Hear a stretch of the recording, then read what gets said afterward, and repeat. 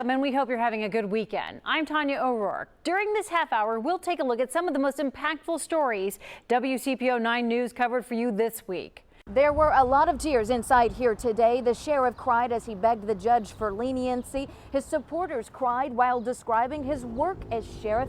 And his wife and children cried when they found out that he would be spending time in prison. It will be 3 years before Charles Reeder is free in public with his family again. Your Honor, please do not send me to prison.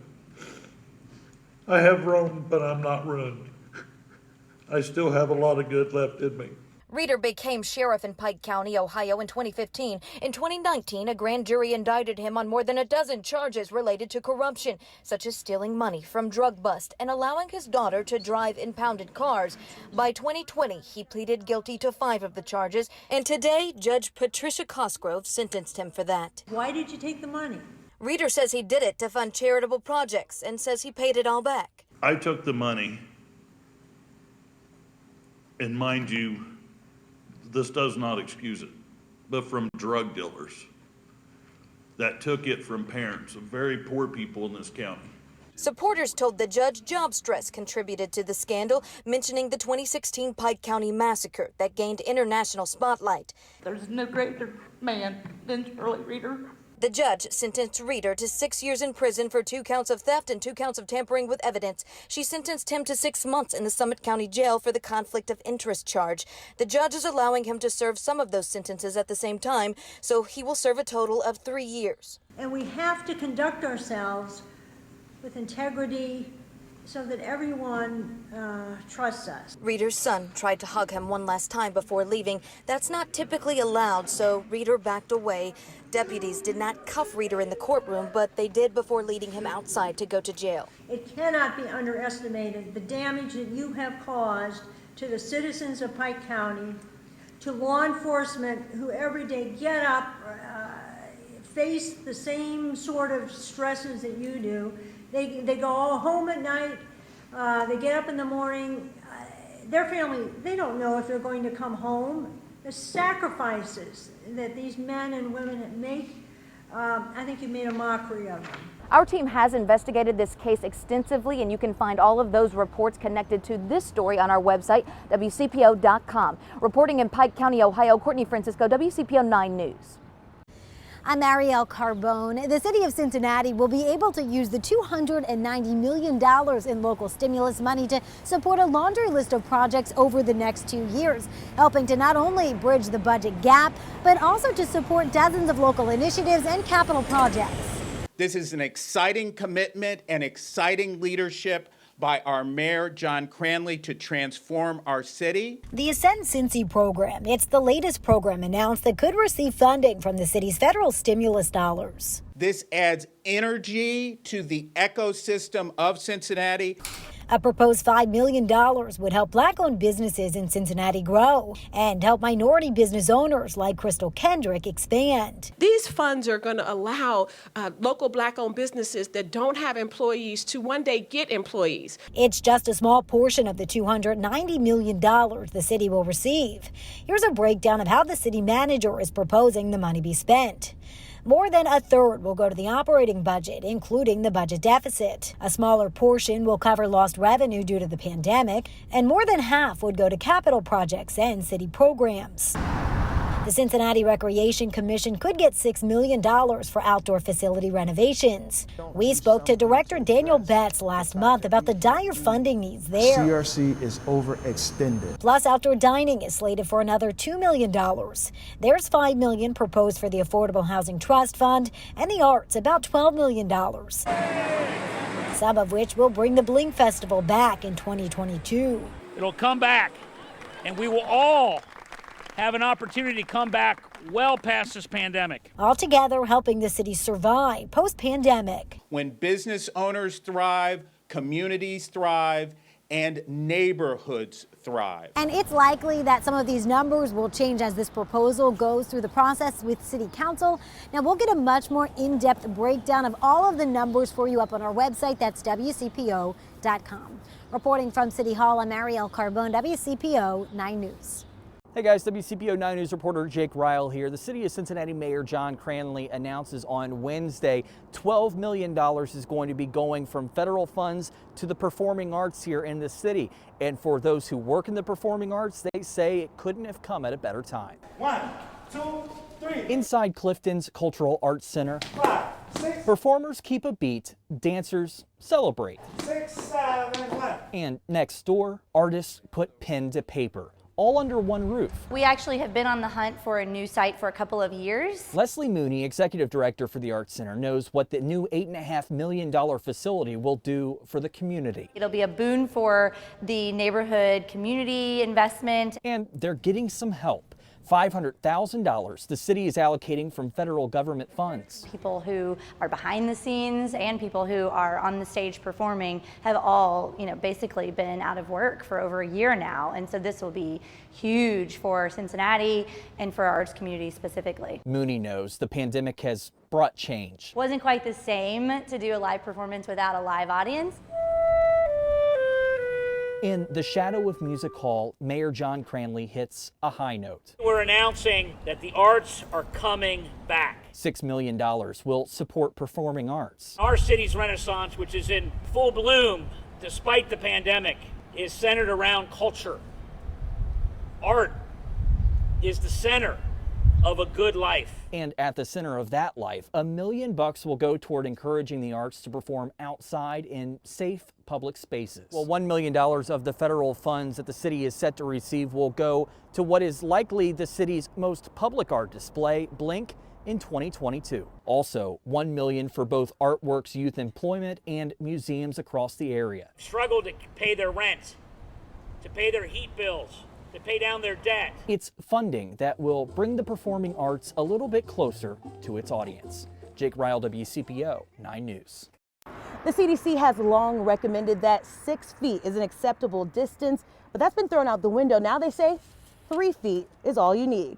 Today was great. We had the band playing, the cheerleaders out, balloons and everything to welcome our students back. There was a celebration Monday at Norwood Middle and High School as students marched back to school for 5-day-a-week learning.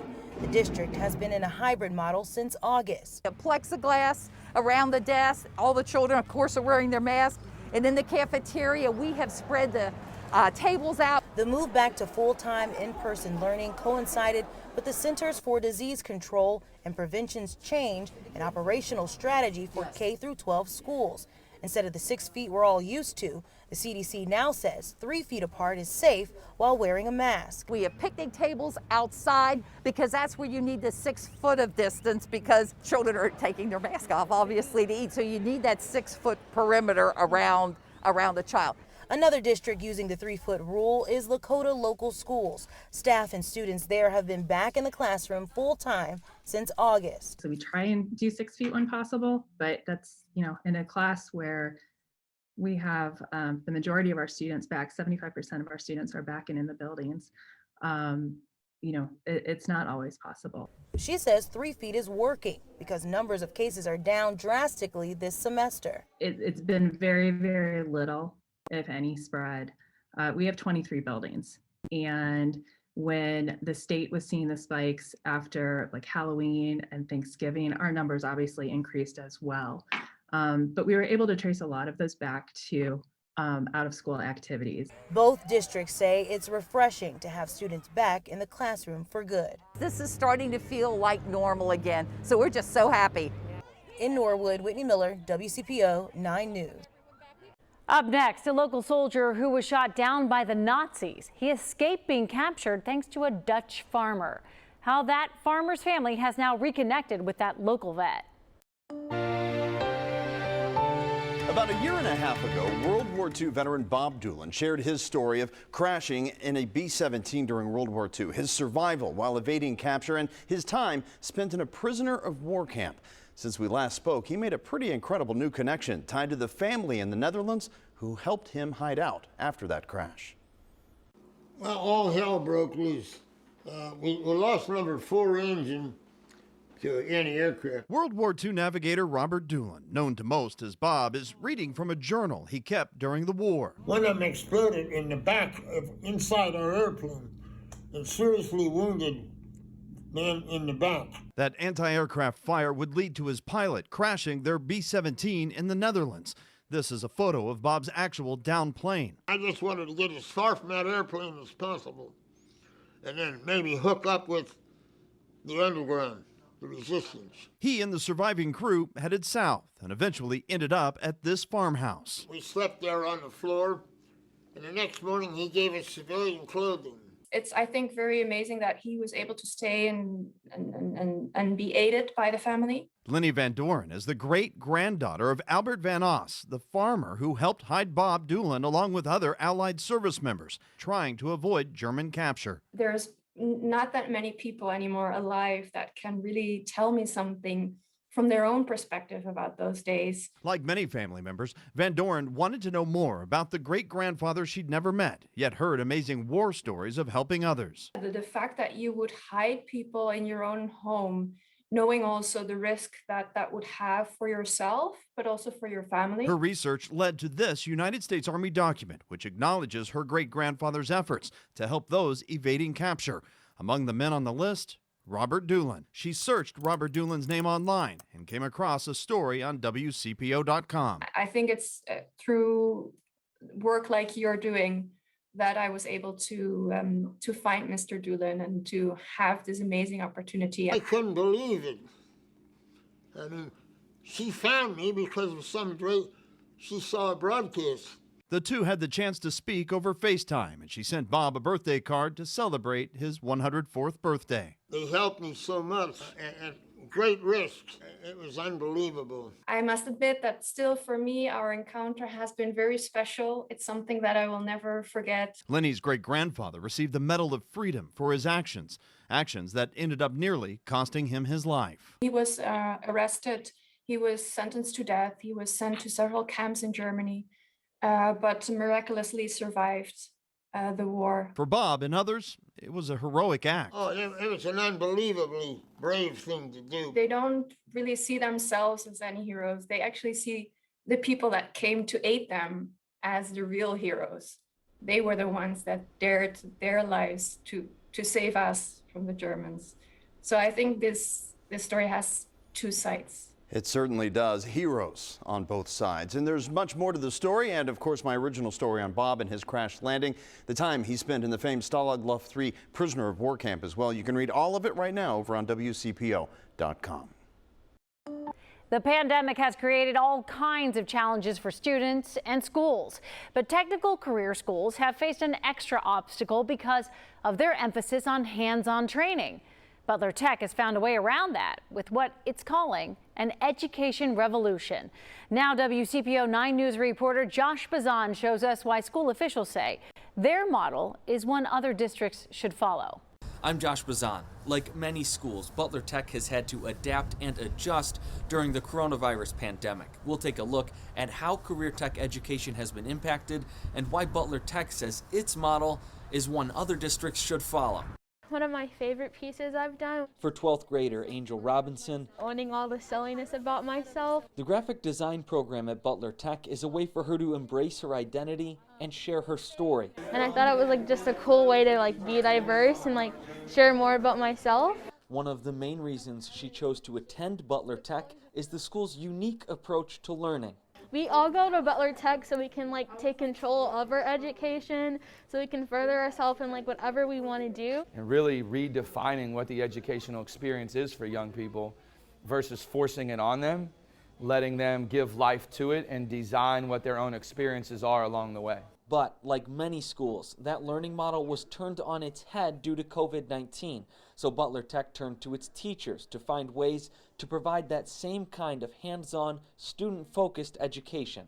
They're making changes to their curriculum, they're making changes to how they communicate, they're making changes to physical spaces. I wish we could be in school every day, but for what it is, I do feel like they're working really efficiently to teach us this stuff. The school just released a documentary highlighting last school year. It follows 4 students, including Angel, and touches on the challenges of COVID-19. It also breaks down Butler Tech's approach to education, hoping other schools will follow its lead. The work that we do at Butler Tech is only impactful if it spills over and starts to be a multiplier, if you will. In Fairfield, Josh Bazan, WCPO 9 News. I'm Courtney Francisco.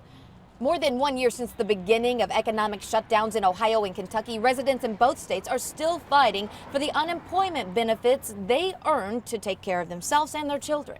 You may remember Brandon Keller. He had $141 in his bank account and a family of 5 to feed when we told you his story March 8th. Just survival. That's basically what it comes down to. The Cincinnati dad lost his catering manager job in Kentucky due to COVID-19 last March.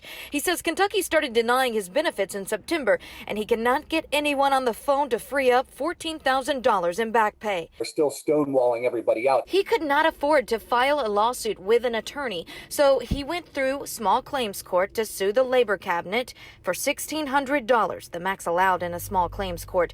Northern Kentucky Legal Aid sometimes provides attorneys to people in his position. No answer there either until we aired his struggles. They did apologize. They said that they have some new people there that they were able to help me with my case, so they went ahead and they reached out to unemployment for me. Mary Faith Colon is 66 and fears working during a pandemic. She hasn't received a penny of benefits in the past 6 months. I'm okay, and with food banks and all of that, I've been able to take care of things. Since I started asking the Kentucky Labor Cabinet about her case, she's getting calls returned. I did hear back yesterday saying I'm looking into this.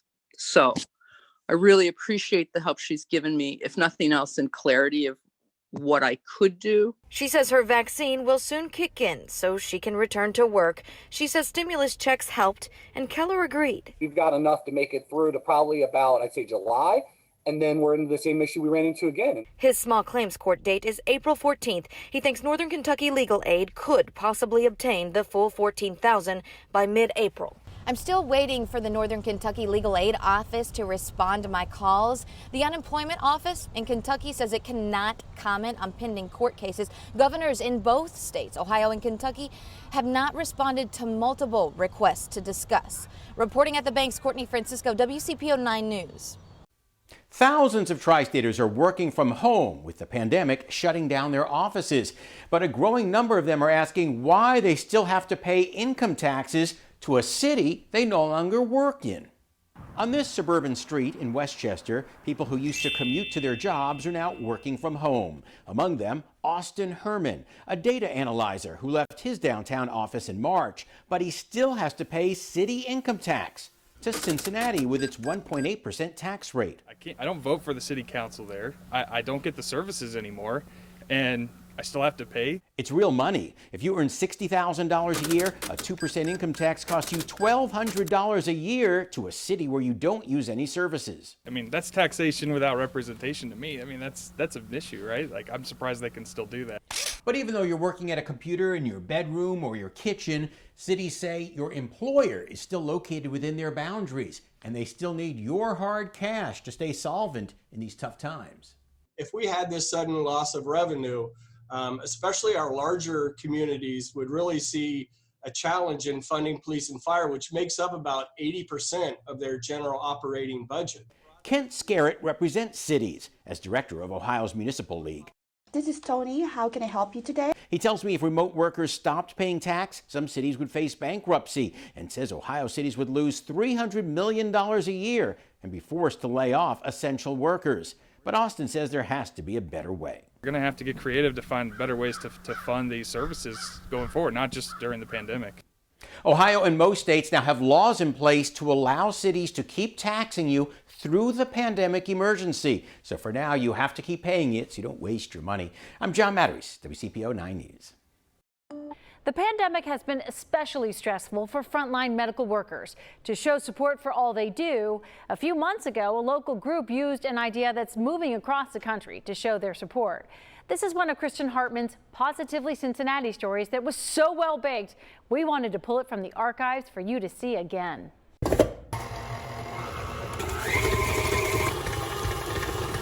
There's no dough in this dough. Just the possibility that when it becomes a batch of cookies, the sweet treats will make folks smile. It's what's motivating this mini bagging brigade. We found them in a garage in Sims Township. getting hundreds of cookies ready for delivery. It's actually part of a national movement. I read about Jeremy Urich and Scott McKenzie in a magazine. The Pennsylvania dads had a bake-off that turned into something they called Cookies for Caregivers. And when I read about them, I knew right away that I wanted to be a part of this and start a Cincinnati chapter. When Missy Greenberg and Bryna Miller got it going on Facebook, they never imagined they'd be starting a local cookie craze, from the classic to the fancy. Just 5 weeks in, they have 175 bakers. Those volunteers bring the cookies to them, and they package and box the goodies for frontliners and essential workers across the tri-state. These are going to Children's Hospital Anesthesia Department tomorrow. They say they're spreading joy one cookie at a time and showing all those people who've taken care of patients and kept things going how valued they are. Gives me joy because when we deliver, we see the smile that it brings to people, and they're just so thankful to be acknowledged. A little sweet treat. Right, a little sweetness. It's sweet for them, too. For me, being in the kitchen, having that time is my therapy. So, Missy, is it your spoonful of sugar? Yes, yes. Yes, it is. In tough pandemic times, it's something fun and good to do all at once. Perhaps that's why their baking ranks, that's me in my own kitchen, grew so fast. The baking boom makes for brisk delivery time. We watched as they loaded up, and then we joined them at a dental office drop-off. All your hard work. Thank you so much. It means a lot when other people appreciate you. It makes you want to do it more. It makes you want to do your best. Even though we're in the dental field, we love sweets. Absolutely. Just brush your teeth afterwards. Yeah, right? That was Kristen Hartman reporting. The cookie ladies told her donations would really be helpful as they buy all the labels, boxes, and bags for the cookies as of now. That's our look at some of the stories that we brought you this week on WCPO 9 News. We'll have you covered this weekend on Good Morning Tri-State Plus at 6 and 11. I will see you Monday.